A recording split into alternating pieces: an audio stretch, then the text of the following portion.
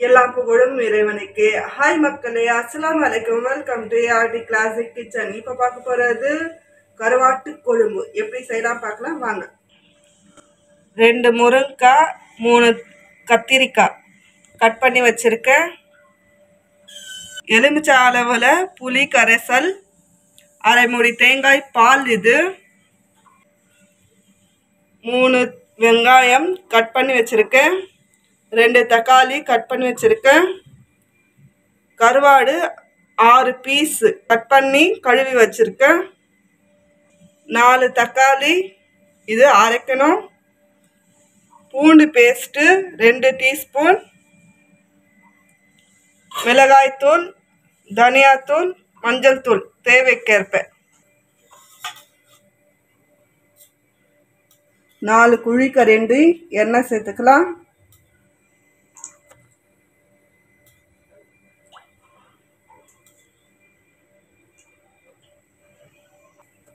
கால் teaspoon கடுகு,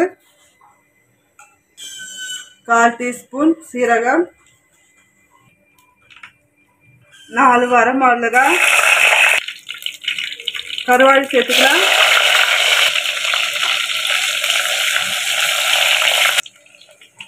வெங்காயம் சேர்த்துக்கலாம்.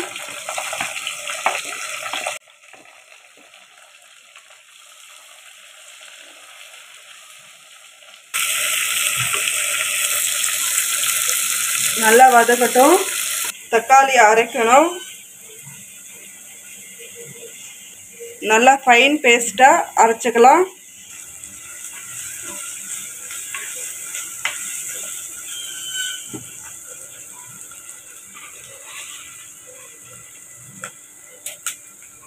கருவாடு குழம்புக்கு தேவைக்கேற்ப உப்பு சேர்த்துக்கலாம்.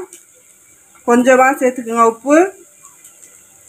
ஏற்கனவே கருவாடுல உப்பு இருக்குது, கொஞ்சமாக சேர்த்தா போதும். வெங்காயம் இந்த அளவில் வதக்குனா போதும். இப்போ தக்காளி சேர்த்துக்கலாம்.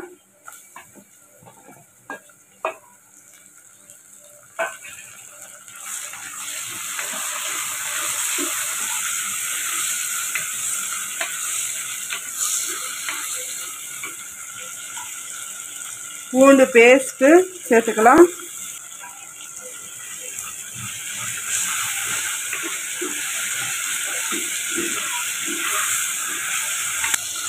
நல்லா வதக்கட்டும்.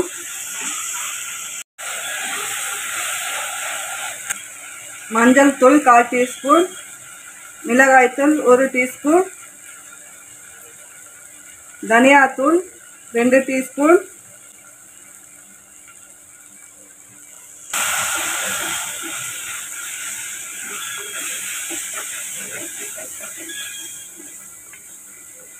கத்திரிக்காய் முருங்கைக்காய் சேர்த்துக்கலாம். தக்காளி பேஸ்ட்டும் சேர்த்துக்கலாம். 2 நிமிஷம் வதக்கலாம்.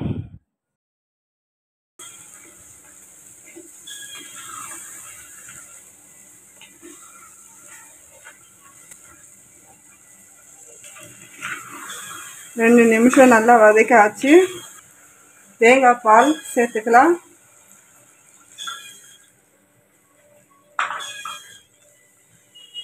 புளி கரைசலும் சேர்த்துக்கலாம்.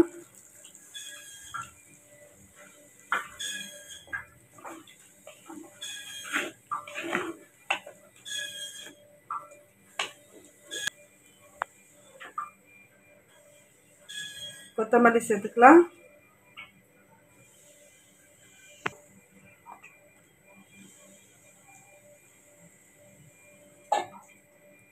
பத்து நிமிஷம் கழித்து பார்க்கலாம். மூடி வச்சுக்கலாம். 10 நிமிஷம் ஆயிடுச்சு. இப்போ தண்ணி பார்த்துக்கலாம். மணக்க கருவாடு கொழும்பு சூப்பராக இருக்குது பாருங்கள். இப்போ அடுப்பை ஆஃப் பண்ணிக்கலாம். பரிமாறலாம்.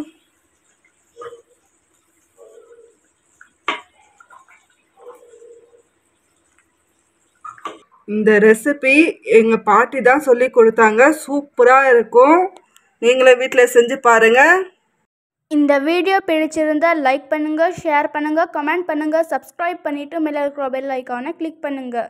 தேங்க்யூ ஃபார் வாட்சிங்.